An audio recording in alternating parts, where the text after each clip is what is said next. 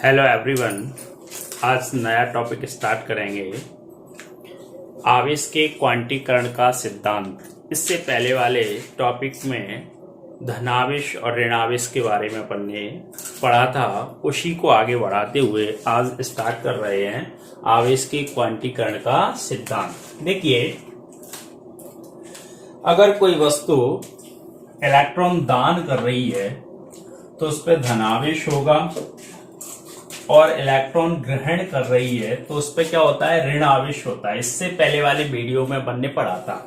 यानी यदि कोई वस्तु इलेक्ट्रॉन क्या कर रही है, दान कर रही है, तो उस पर धनावेश होगा, और इलेक्ट्रॉन ग्रहण कर रही है तो उस पर क्या होगा, ऋण आवेश होगा। कौन सा आवेश होगा, ऋण आवेश होता है। ठीक है ना। इससे पहले वाले वीडियो में अपन ने पढ़ा था। ठीक है।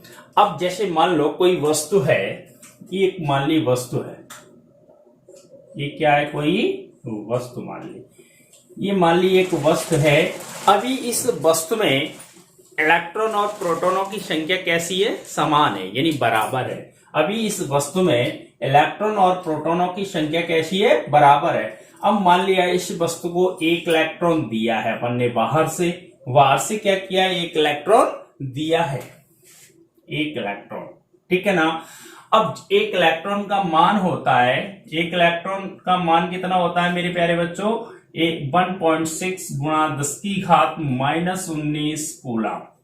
ठीक है, ये एक इलेक्ट्रॉन का मान होता है। ठीक है ना। अब मान लिया ये कोई वस्तु है, इसको अपन ने क्या किया, अभी इसमें इलेक्ट्रॉन और प्रोटॉनों की संख्या कैसी है, बराबर है। अब इसको क्या किया, बाहर से एक इलेक्ट्रॉन दिया है तो आवेश इस पे कितना, अब क्या हो गया, इस पे एक इलेक्ट्रॉन जैसे ही दिया है तो प्रोटॉन की संख्या से इलेक्ट्रॉनों की संख्या कैसी हो जाएगी, अधिक हो जाएगी। तो आवेश बराबर कितना होगा,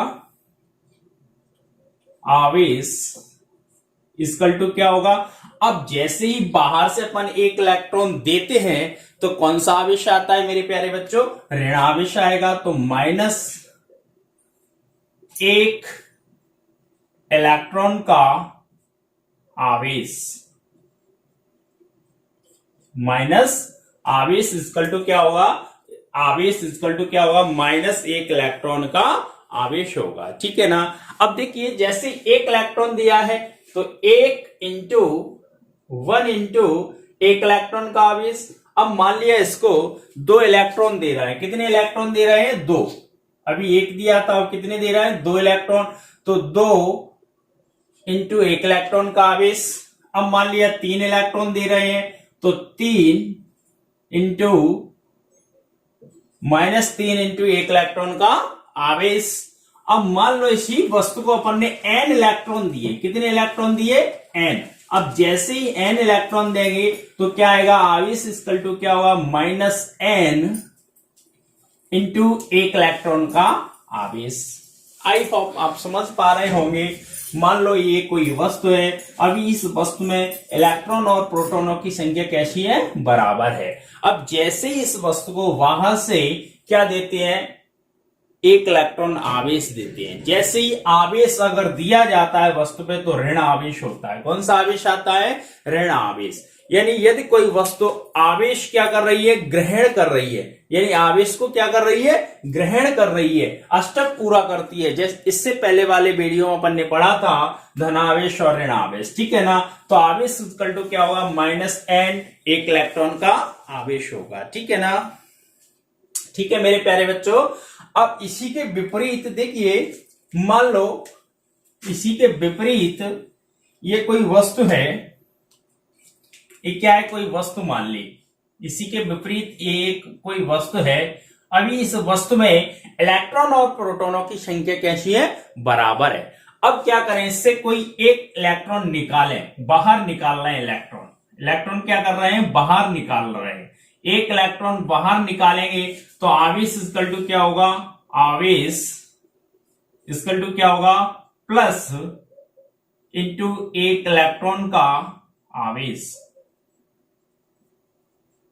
अब मान लो इस वस्तु से एक इलेक्ट्रॉन निकाल रहे हैं तो +1, यानी यदि कोई वस्तु पे आवेश की क्या हो रही है, कमी हो रही है तो धनावेश आता है, यानी इलेक्ट्रॉनों की कमी हो रही है तो धनावेश आता है, और इलेक्ट्रॉनों की अधिकता हो रही है तो ऋणावेश आता है। इससे पहले वाले वीडियो में अपन ने पढ़ा था। उसी प्रकार से मान लो इससे एक इलेक्ट्रॉन बाहर निकाला है तो आवेश इक्वल टू क्या होगा, +1, यानी एक इलेक्ट्रॉन निकालना है तो +1 एक इलेक्ट्रॉन का आवेश। अब मान लो 2 इलेक्ट्रॉन निकालना है तो आवेश इक्वल टू क्या होगा, +2 इलेक्ट्रॉन 2 एक इलेक्ट्रॉन का आवेश इंटू, ठीक है। अब मान लो 3 इलेक्ट्रॉन निकाल रहे हैं बाहर तो क्या होगा, आवेश इक्वल टू +3 इंटू एक इलेक्ट्रॉन का आवेश। अब मान लो n इलेक्ट्रॉन बाहर निकाल रहे हैं तो क्या होगा, n तो +n इंटू एक इलेक्ट्रॉन का आवेश।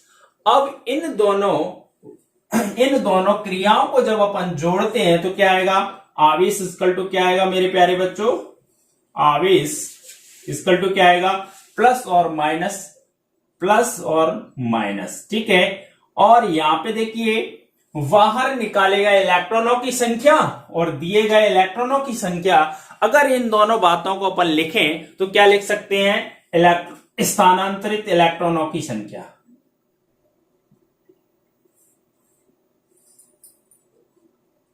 स्थानांतरित इलेक्ट्रॉनों की संख्या, ठीक है।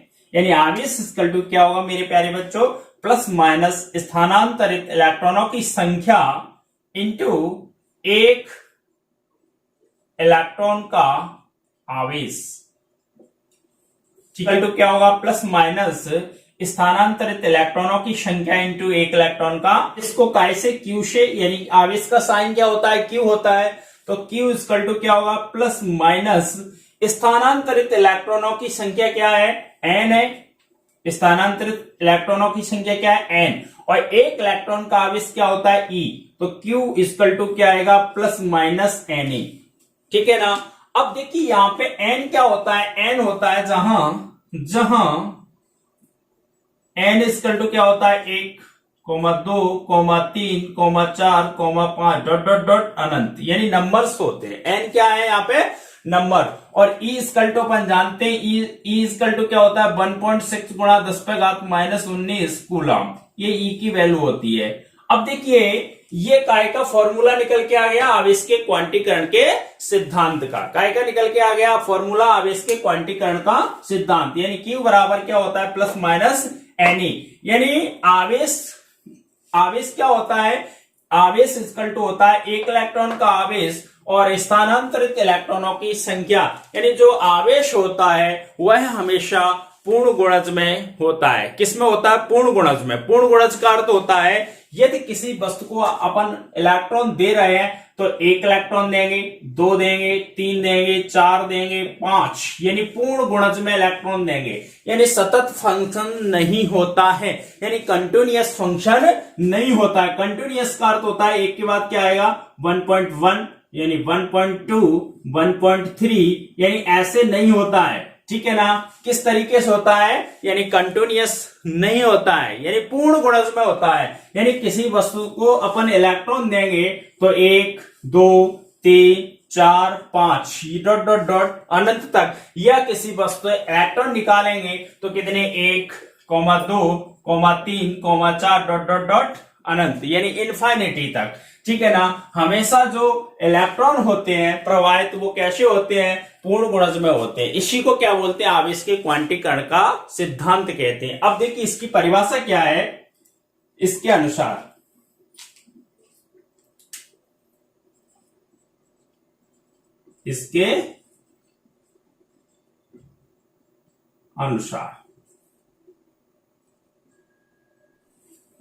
देखिए इसके अनुसार क्या है, यानी किसी वस्तु पर आवेश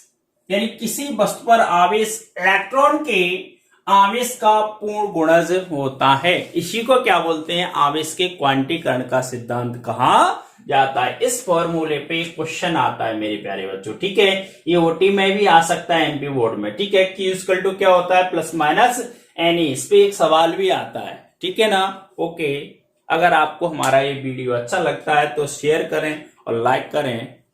थैंक यू।